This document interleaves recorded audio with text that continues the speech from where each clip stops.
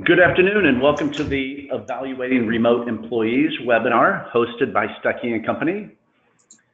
Looks like there's people still logging on kind of at a pretty high rate, but I'm going to go ahead and start with some of the kind of housekeeping items. Firstly, welcome everybody to the Evaluating Remote Employees webinar hosted by Stuckey and Company. Over on the right-hand side, you'll see a GoToWebinar control panel. You can chat or ask questions in those panels, and we will try to get to all of the questions during the webinar, but we may also need to just kind of follow up with you either by email or phone after the webinar. Another thing, we will be sending a follow-up email with a recording of the webinar and a PowerPoint presentation as a PDF.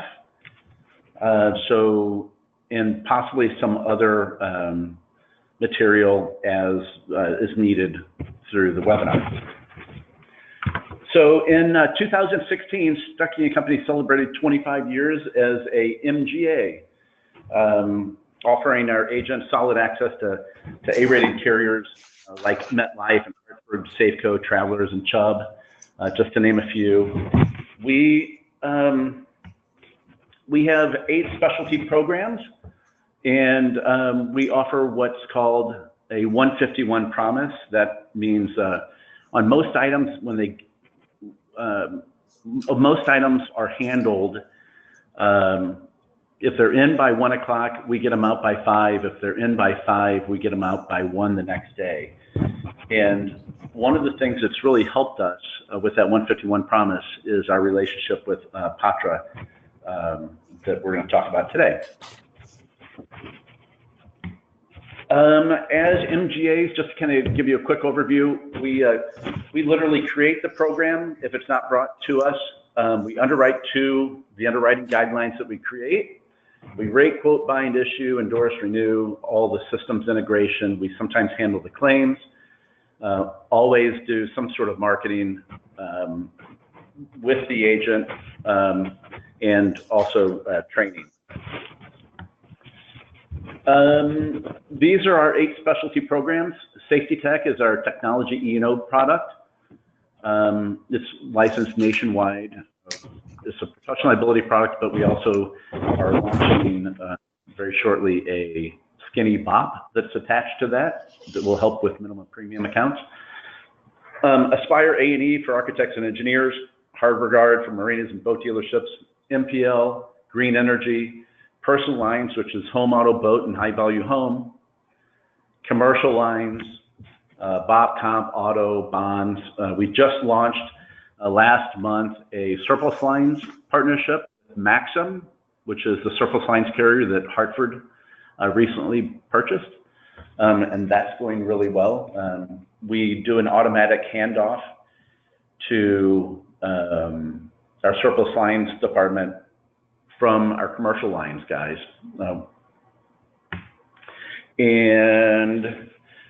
With that, that's kind of what Stuckey and Company is all about.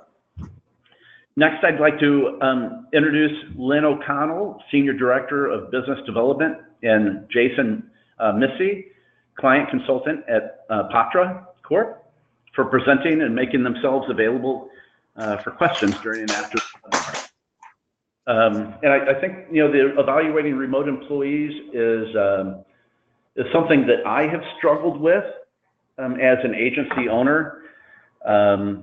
Because we have gone to great lengths to set up a great work environment, and having that work environment dedicated to our employees, multiple monitors, and all of that stuff, fiber for the fastest internet, and all of that stuff that goes into it. So I'm excited, and maybe as excited as you guys, to hear Lynn and the presentation. So with that, I'll turn it over to Lynn.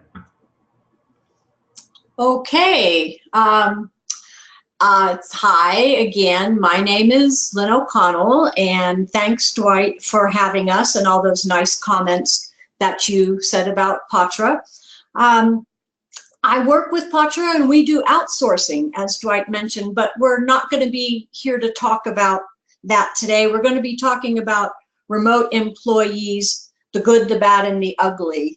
And I'd like to start with a short video. Some of you may have seen this, and the audio may be a little choppy, but this is a little interesting video about remote employees. Can you? I'm hoping people can see that.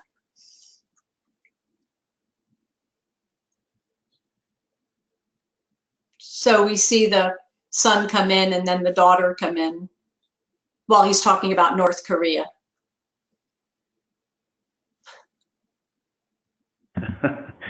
Yeah, and then his wife comes in and takes them away. Yeah, that is great on BBC World News. Yeah, it was on BBC. It was very, very interesting. Okay, I just thought that was an interesting way to start. So just a tech check. Dwight, you can see the PowerPoint presentation, correct? Yes. Okay. Yep. All right. Your voice is loud and clear also. Okay, good. Well, there's one question that I want to answer before we get started. No, I am not in my jammies and I don't have my bunny slippers on. Everybody always asks about that. So that was, I thought that video was pretty funny. So now, all right, we're an outsourcing firm. So what makes you guys able to talk about remote employees? You may be thinking that also. Well, we, Patra, we're all about remote employees. Our business model was started using remote employees about 11 years ago. I've been with Patra 9.5 years and have been remote the whole time. Our small account managed services, which uses onshore account managers to handle clients' business, they're 100% remote also. So for about 10 years before remote was cool, we were doing it.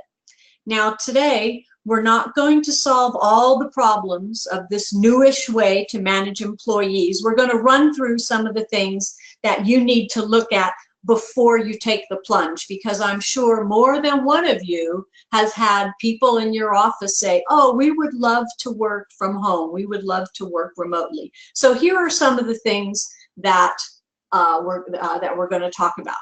What have you heard? These are probably the things that you've heard and that you've read about. The employees are happier, there's lower turnover, increased productivity. You can attract more qualified candidates because, let's face it, the workforce is changing and we as managers have to adapt. Also, if you're using remote employees, your employees are not limited to your local area. Your costs are lower, and then the biggest one is everybody's doing it. Okay, so that's probably what you've heard a lot. Now, as with everything else, there's the other side. So what's the other side? Different management skills are required for managing remote. Different employee skills are required. Productivity can actually go down, and employees can feel isolated. I have to admit that more than once I've missed the old birthday in the lunchroom thing that I had all the time when I was working in an agency. Your employees may, or you may, feel like you've lost control because you're by yourself or your employees are 100 miles away and you don't have that visual and audio control that you used to have. Also, some of you may have heard that Yahoo, big internet firm, which has recently just sold, they couldn't make remote employees work. I think it was 3 or 4 years ago, their new CEO said, we need more synergy, we need more teamwork, we need people together. So Yahoo pulled all their people back. IBM, another big software internet firm, they're bringing people back also. So as any business model is not a be-all, end-all for all problems, neither is remote employees.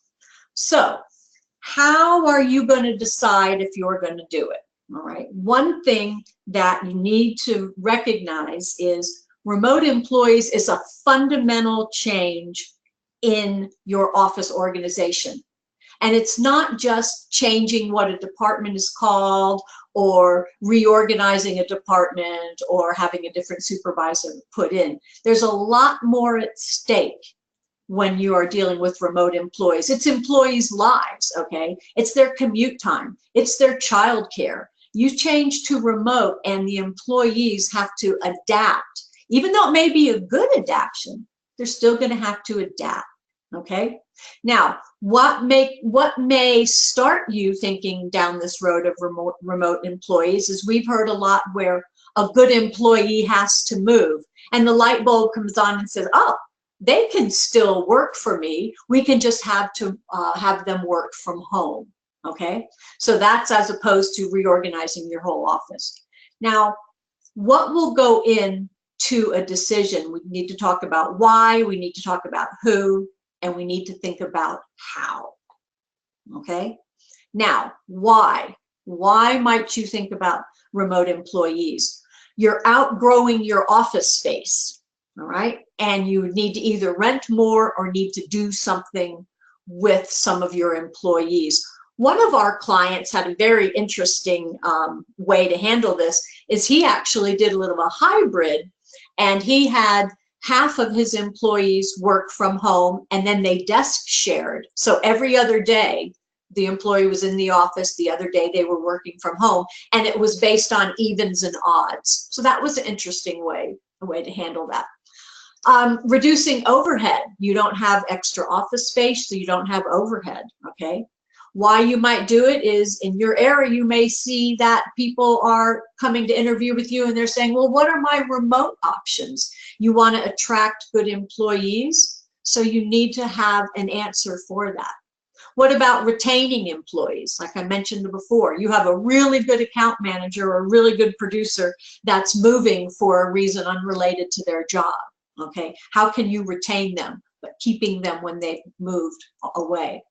Increasing productivity, that's a way we might think about remote employees. And then again, everybody's doing it. I can't stress enough that we hear that so often, that everybody's doing it. We need to look into it. Okay?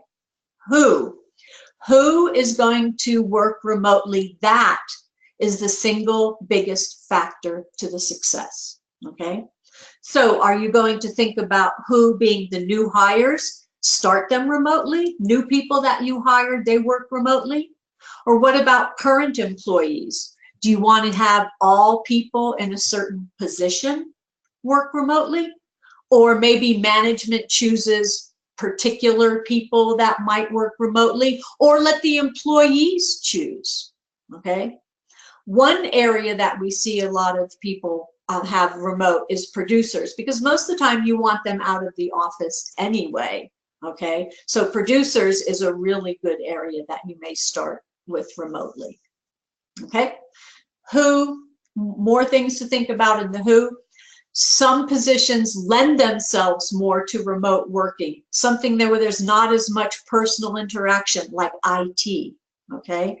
Some positions will still require core hours, all right? Your customer service people, they're still going to need to be working when your office is open. Your clients still need to be handled even if those people are working remotely. And then staff support positions like IT and HR. Can they work remote? You have to balance how much interaction do they need with your staff. Do they need personal interaction, or do they just need to be able to contact via instant messaging or email? Okay. Now, some people are going to require more managing whether they're remote or not. A new employee, you're testing them out, they're testing you out. They need more managing. Employees that are new, have new responsibilities. Say you've just promoted someone, they're going to need more managing. And employees with performance issues. Anytime you have performance issues, they need to be looked at quite a bit closer. Okay? All right. Now, we're going to say, let's do it. Okay? What are we going to do? What are our steps? We got to set and have measurable goals. We have to decide who the staffing is going to be, and then we have to learn how to manage an absentia. And no, that is not another state. That is managing when you are not there. Okay? It is extremely important to set goals and to monitor them, because when you are working remotely, out of sight is out of mind very, very quickly. Okay, now let me stop for a minute. Any questions? Dwight, have you seen any questions come in on the chats? One of the questions is, are there questions that you ask like during the interview process when hiring somebody to evaluate whether they're a good candidate to work from home? That's a great question. You can ask questions and say, are you, we'll talk in a little bit about how you might pinpoint which employees would be most successful. But things like being self-starters, they have to be self-disciplined. You have to not have distractions. So if you're talking with somebody and they say, oh yes, you know, and my husband works from home, or my spouse works from home, and you know, we always do these things at home, that might be a red light. Not to say that they shouldn't be able to work from home, but one of the biggest things is being able to limit distractions. Okay, for example, getting ready for this presentation, I had to throw my cat out of the room and close the door. So during this presentation, I don't have a cat walking, you know, across the monitors. So there are some questions you can ask. You have to be sure you don't cross that line into the HR people by saying, you know, oh, I understand you have 2 children under 3. Do you have daycare? You can't ask that question. But you just have to be sure that the employee knows that they have to have a workplace that's free from distractions. And we'll go over that a little bit more, okay? Okay. All right, so setting goals. So we got financial goals. That's always, always number one. Increasing productivity. To increase the productivity, you got to know what it is now, so you have to measure it, okay? Now, your productivity may be measured by revenue per employee, or the number of policies handled. Employee satisfaction can be measured by your turnover, okay? And customer satisfaction can be measured by your renewal rates and your complaint rates. You've got to have goals, okay? And you have to have them measurable. So you got to know where you are. And then when you're evaluating how remote is working for you, you have to be able to know what your goals were, okay? Measures. How do I know my baseline? How do I measure it, okay? And how do I measure productivity? Measuring satisfaction, you do that now. You probably may not think about it, but if you have one department where the people last in that department about 13 or 14 months, you know there's something wrong. They're not satisfied. And so you evaluate that problem, what's going on. Is your turnover higher or lower than the norm? Okay, that's one way to measure employee satisfaction. And clients is the same way.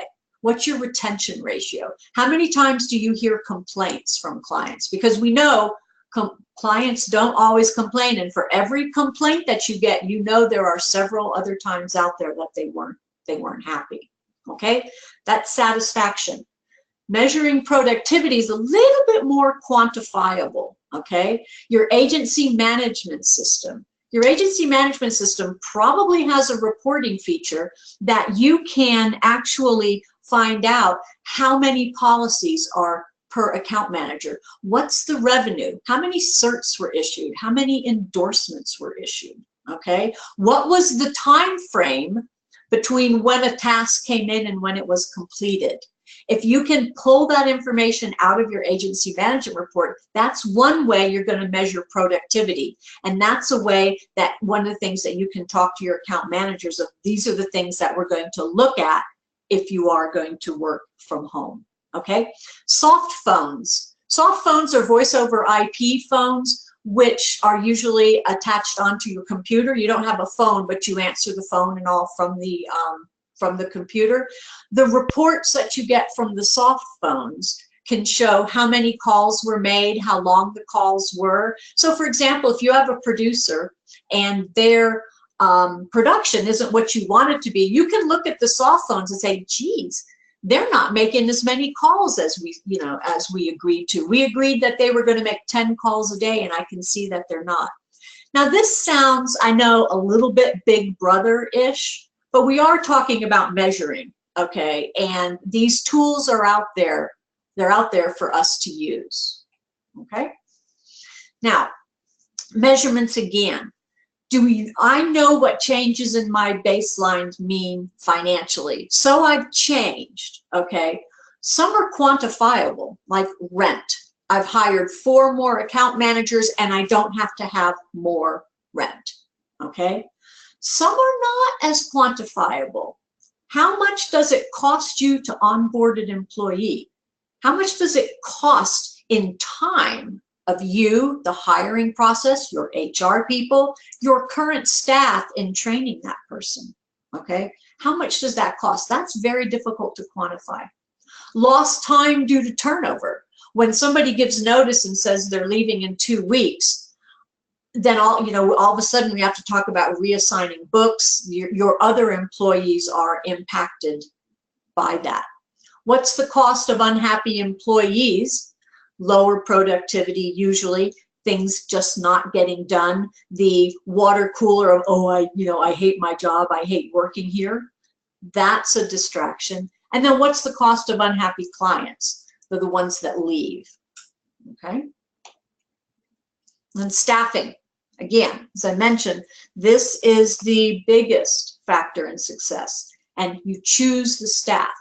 Now, do you choose it by position or individual? All our IT is going to work remote, or all our producers, or all our account managers, okay? Or do you look and say, evaluating my account managers, I think these 3 would be very good working from home, but these 4, they need to stay here because I need to have a better eye on them, okay? So it's your decision as to who you would have working remotely.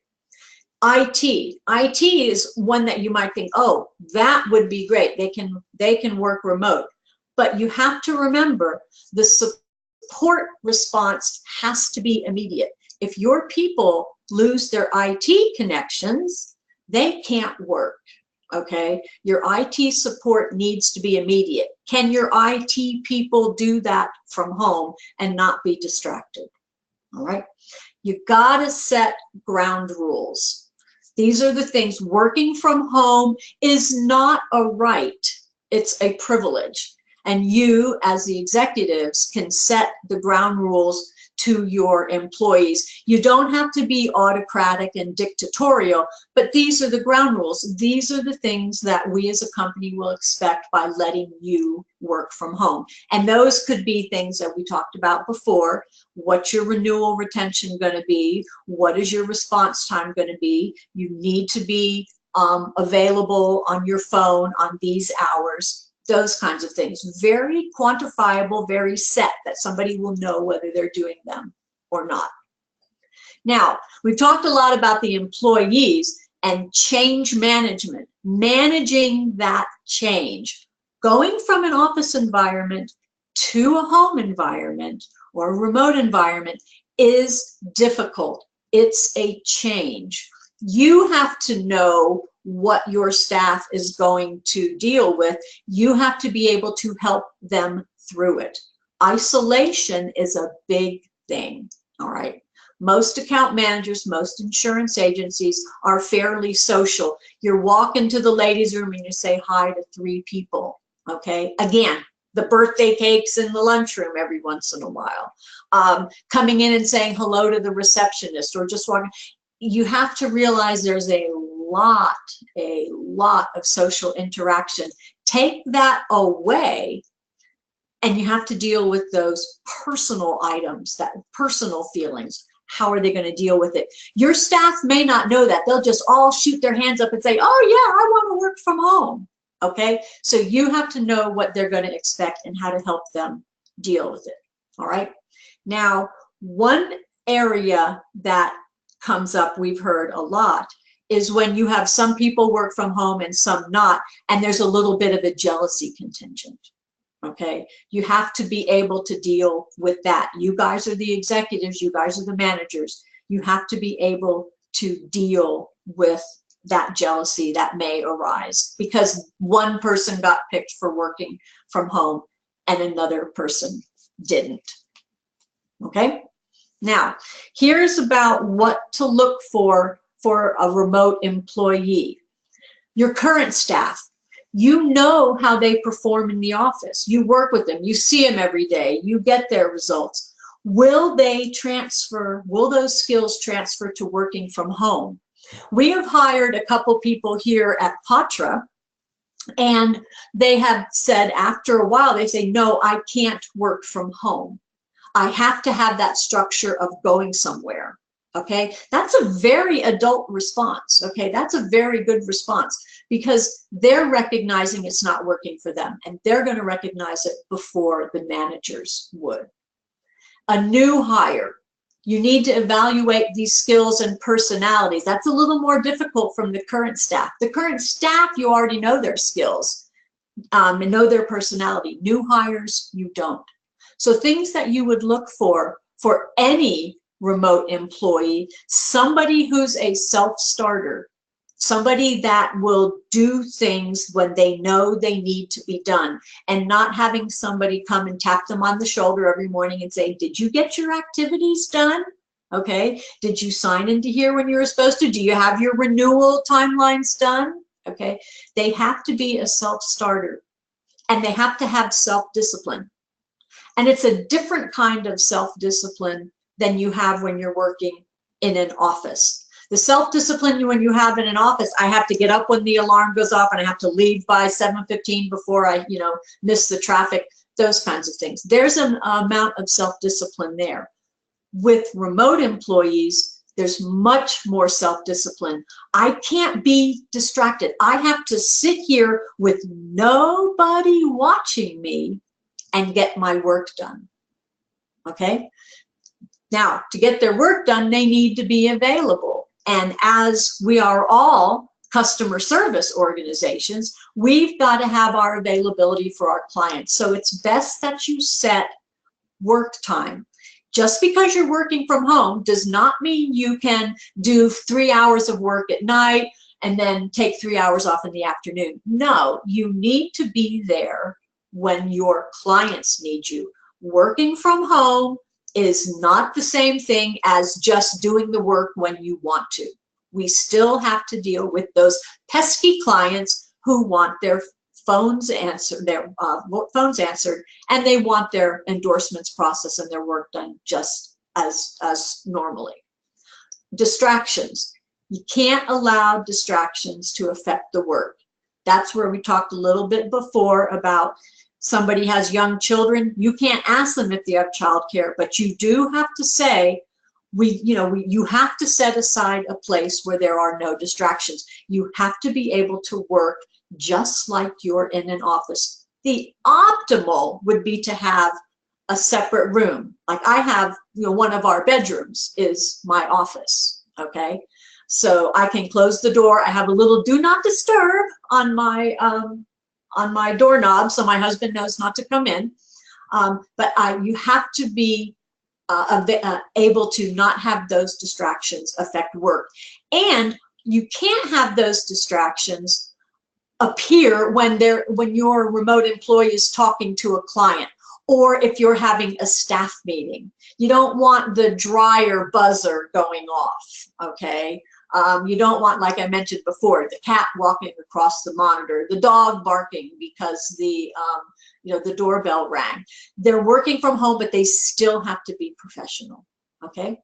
And finally, we always have to have a plan B. What if it doesn't work for them? How do you decide if remote staffing is not for us as an organization? It's just not that person. Often the wrong people will be picked and it doesn't work, and then the management technique is thrown out like the baby with the bathwater.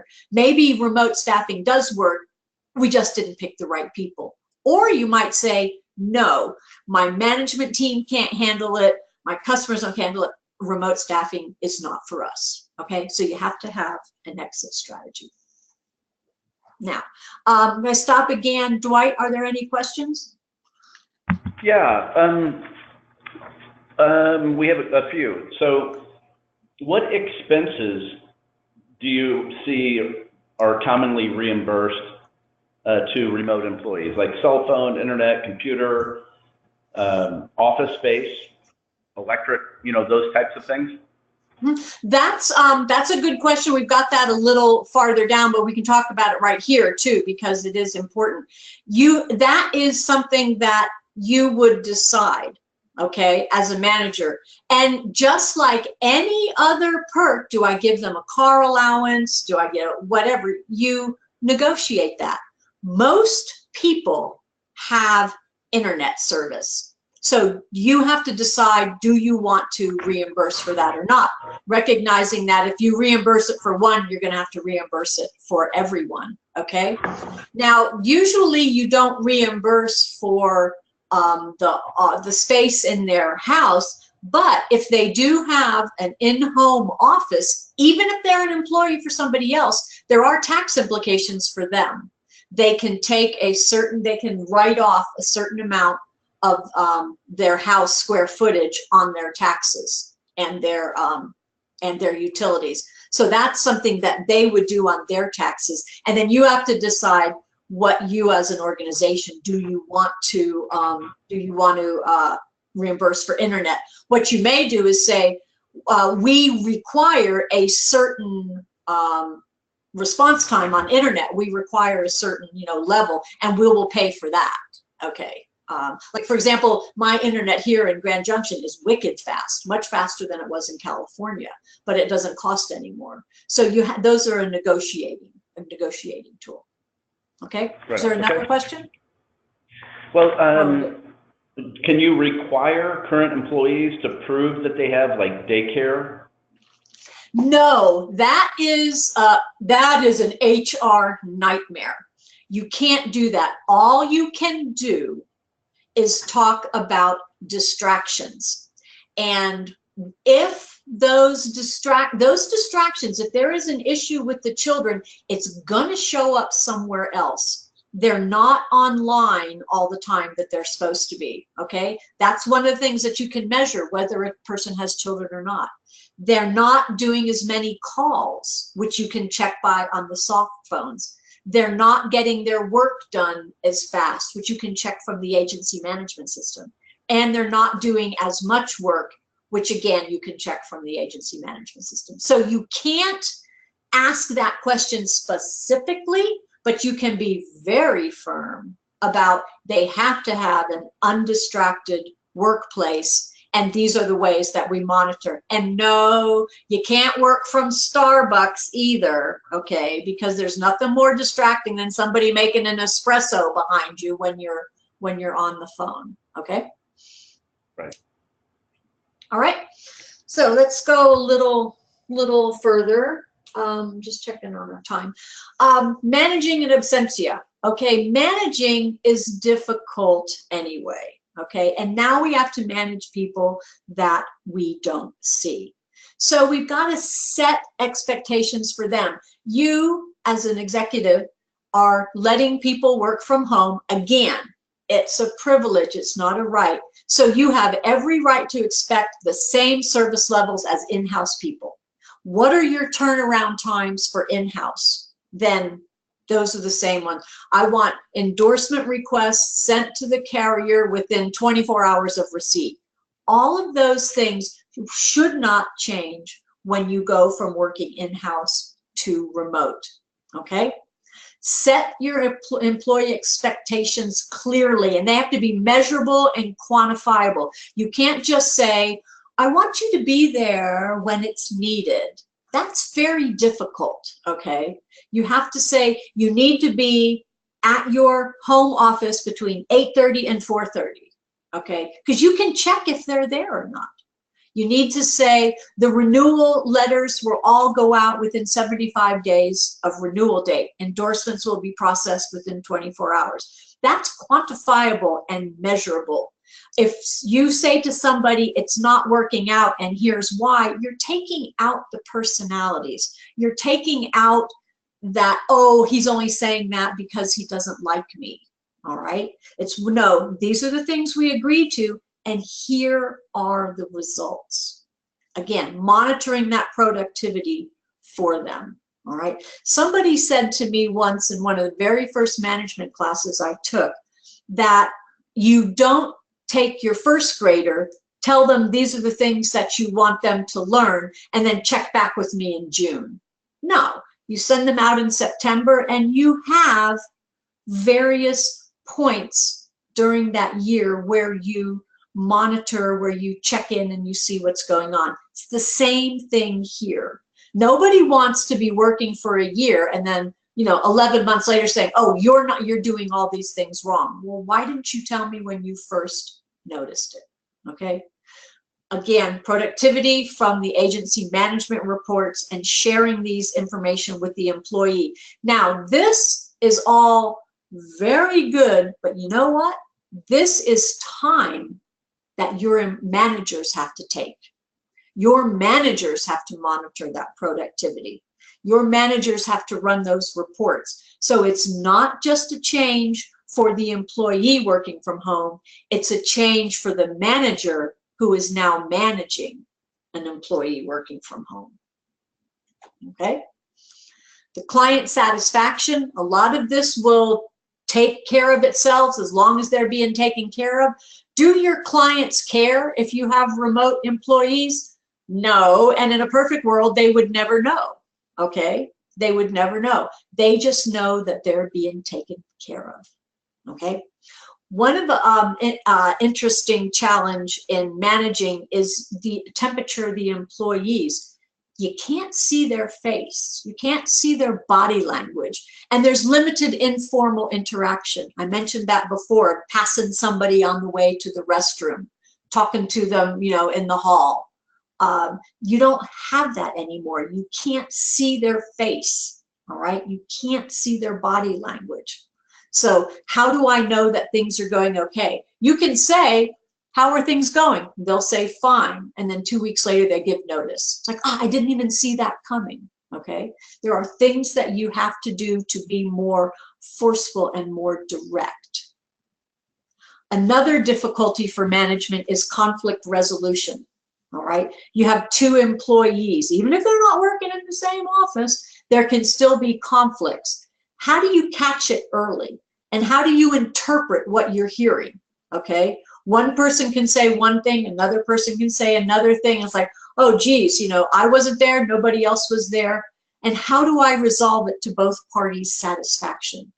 This is something your managers are going to have to learn how to do, okay? It's not easy, and it goes back to you can't take that employee temperature, 3 or 4 times a day like you do when you see them. And again, can't stress this enough, share the results with the employee at set intervals, all right? Here's just a report of, this was what was expected, this was what happened. Your renewal letters were supposed to go out 75 days before. Here is the report of when they went out. Good job. Or here's the report, and, we need to work a little better on this, okay?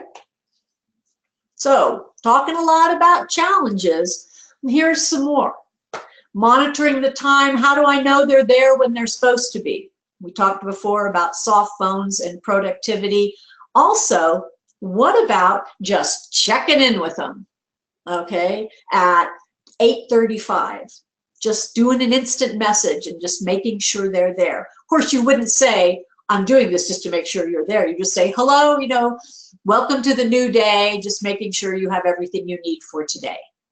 Okay, because your employees are gonna feel isolated, and how you manage that depends on the employee. That's another challenge for the manager. Employees don't need the same amount of touch. Okay, some that can handle the isolation better won't need that daily touch. Others will, but they're not gonna tell you. All right, they're not gonna tell you. The employee may need new skills. They've never perhaps worked in an environment where they have to control the environment as opposed to the environment's controlled for them. I can't run to the door every time it rings, okay? I can't, you know, take care of my laundry. I'm supposed to be working. They need those new skills of self-discipline. And trouble indicators are subtle, all right? They're subtle. You're not going to see them as quick as you would in-house. And you have to make them feel part of the team. It's very important to make time for small talk. Very important. You don't realize how much of that goes on until you don't have it anymore. You need to make and keep scheduled meetings. If somebody is feeling a little isolated anyway, and you schedule a meeting with them, and then you say, oh no, I can't do it because of this, it's going to impact them more than if that same situation happened and they were in an office. Okay, you need to keep those scheduled meetings, and having some sort of instant message service such as Skype or something that you already have on your IT is very important. Okay, little things like, I don't know if you knew, but the day before yesterday was National Mojito Day, which is one of my favorite drinks. So one of the things that I did, I took a picture of a mojito and sent it out to everybody and said, you know, Happy Mojito Day. Little things like that are very important when people are isolated and not getting to talk to people as much as they used to have. Okay, some more challenges. This is important whether you're working remotely or in office, but it's vitally more important when you're remote. How do you establish rapport and keep employees from leaving? Okay, there's a variety of different ways. Water cooler talks, you schedule them, okay? And virtual happy hours.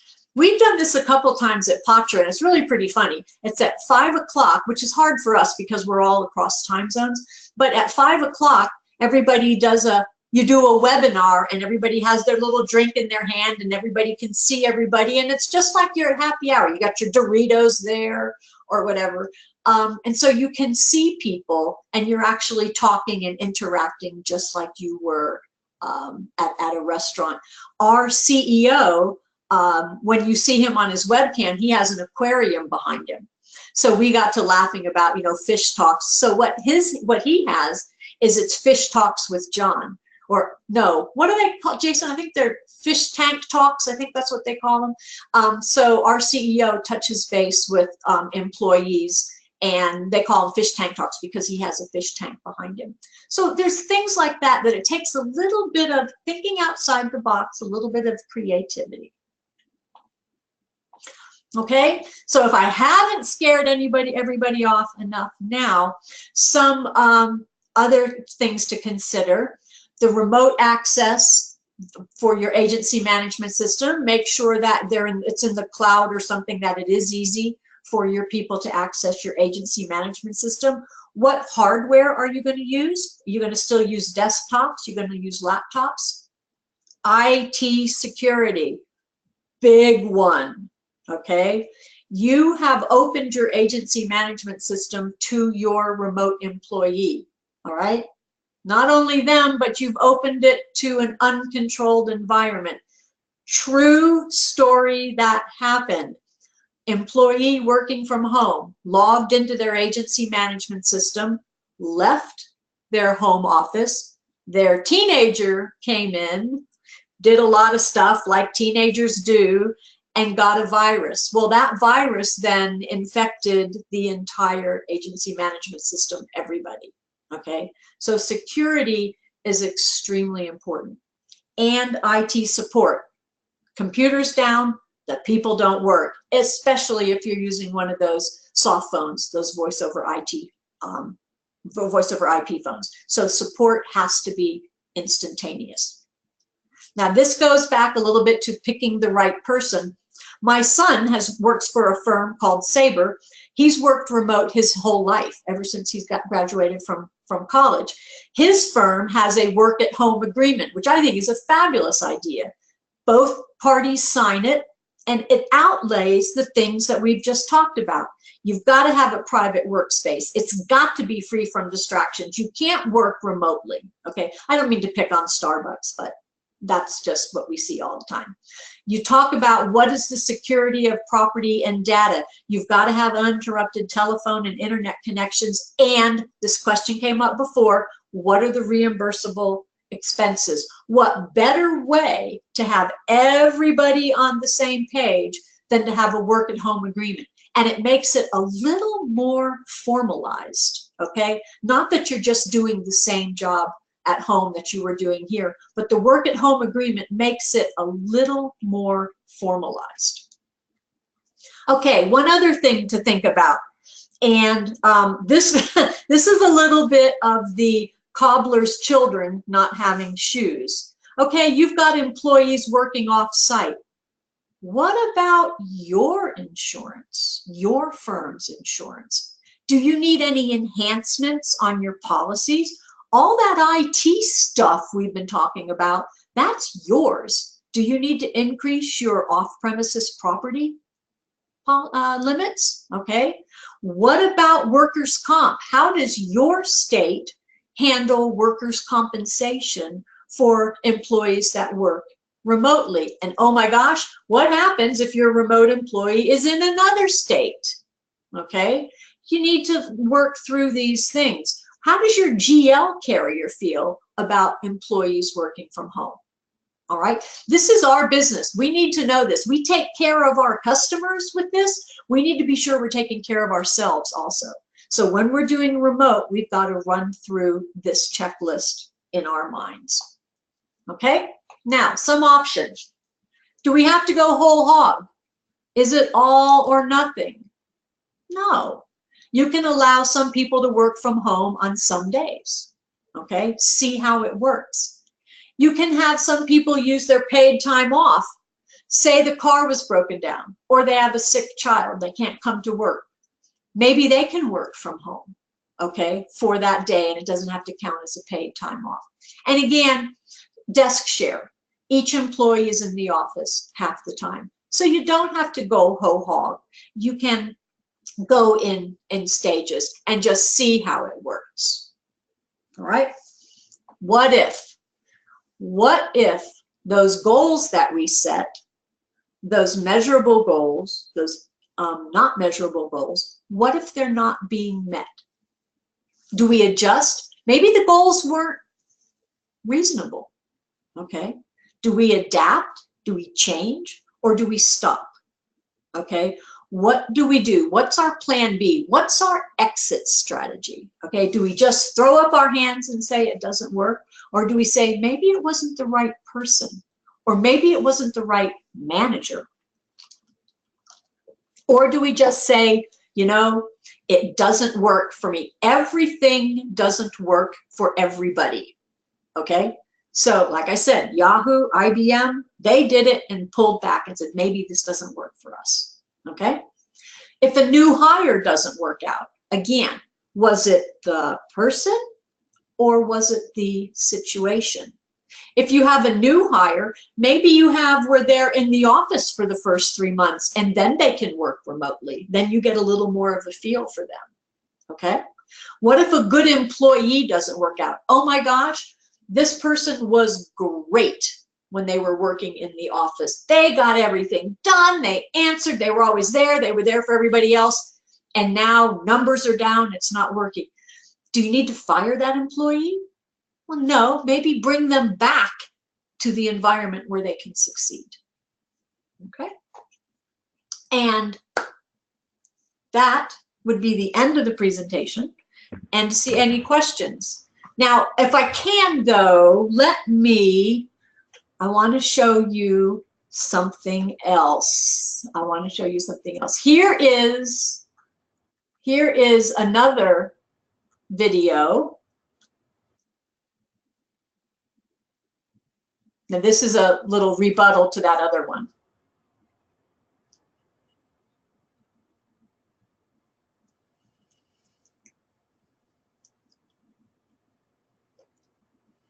That's on national news. That's awesome. Yeah, this was actually a parody. This was a parody of the other one, because watch her in a little bit. Because see, now she's cooking dinner. Right. Yeah, and then she's ironing. So this was just kind of cute, where how she's doing, she's doing everything. So, okay, so if you want to look up that webinar, that was just, let's say women, that wasn't a real one. The guy was actually real, but the second one, that was just a parody. They bring in a bomb for her to, to disable and all that. It was really pretty cute. So, okay, do we have any questions? Yeah, so, well, there's quite a few questions. I'll just maybe keep it to a couple. Sure. Firstly, I guess, are there commonalities between like remote employees and outsourcing? I kind of initially think that, or thought, before we implemented our 151 promise and started working honestly with Patra, that, kind of outsourcing was sort of un-American and all that stuff. But honestly, what it turned out to be is it's not like we let anybody go. We provided a additional level of service.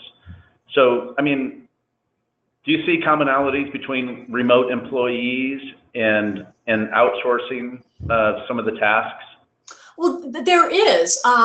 All outsourced employees are remote, but not all remote are outsourced. So when you're deciding who in your staff to have them work remotely, you have to be sure you pick the right employee. When you're talking about outsourcing, you have to be sure you pick the right partner. And some things that you would look at would be how do they train their people? Okay, what do they know? What kind of turnaround time do they offer? Okay, because you're going to be outsourcing, working remotely. So again, there needs to be that management oversight, setting that expectation of what are you going to do? How are you going to do it? How fast are you going to do it? And what happens if it's not working right? What do we do? So there are those commonalities. Right, and I guess you're outsourcing all of those measurement tactics and things like that. Yes, and what we at Patra do is some of those reports I was telling you about, like how many things were done, when they came in, when they went out, how long they took. We, as an organization, give you those reports at the end of the month. This was what we did. This was how long it took. Our error ratio on certificates is like 99.7. Okay, so we give you all of those management reports we talked about you for using for remote employees. We give you those back as outsourcing tools. Right, and so here's a question about the software and phone voice over IP software that you can use. Do you have any specific companies that you have worked with? Well, I'll throw in, we work with a company called Megapath, and they're great. They have a portal that you can log in and download all the details about the calls, inbound and outbound. So that's actually done by our voice over IP provider, and they are called Megapath. Right. Do you have any others that you can share? We don't. I have to admit, I don't know the firm that we use, because I believe we're in the middle of changing voice over IP carriers. So I apologize. I don't know that. What we typically do is we don't have our own software, is we use our client software. So if our client is using what you said, Megapath, and we're going to be in your environment, then that's the same software that we use, and our work is integrated into yours, and it's all done out of work. Because we're really not an IT company. We're an insurance processing company. Right on. And they're all cloud services. What did I hear? Did I hear Jason? Yes. It's I just wanted to pop in. It's Ring Central is the company internally that we're going to as far as for our soft phone and phone system. Okay, Ring Central. Okay. And there's a few other questions, but just maybe one last one. Do you have like a best I know you mentioned there was a work from home agreement. You wouldn't happen to have something like that that you could share? Oh, I bet I do. That might be a good thing to add to our follow-up email. Okay. And do you have anything like a best practices guide or anything like that that you've seen? No, that's basically where this presentation came from. Is we have seen a variety of things. One thing that we can also include in the follow-up email is some things to look, 6 things to look at when you are choosing an outsource provider. That could help, but I have not seen. There may be something, and I can look for a day or two to see if there's something for remote employees, but I haven't really seen anything, which is how this whole presentation came to be. Okay. Well, terrific. If you guys don't have anything else, do you have anything else? No, just thank you again, and this was great. I hope it was helpful and didn't scare you too much. Yeah, again, I want to also thank Lynn and Jason for presenting and everybody for attending. I think it was a great one, and I think we've had a very positive work from home experience and outsourcing experience. So I hope everything works out for everybody there. Oh, you know what? I will. I'll also include a contact sheet for both of you for our agents to call. Okay, that'd be great. Thank you. Perfect. Thanks. Perfect. Okay. Thanks, everybody. Appreciate it. All right. Thank you. Thank you. Take care. Bye-bye. Bye.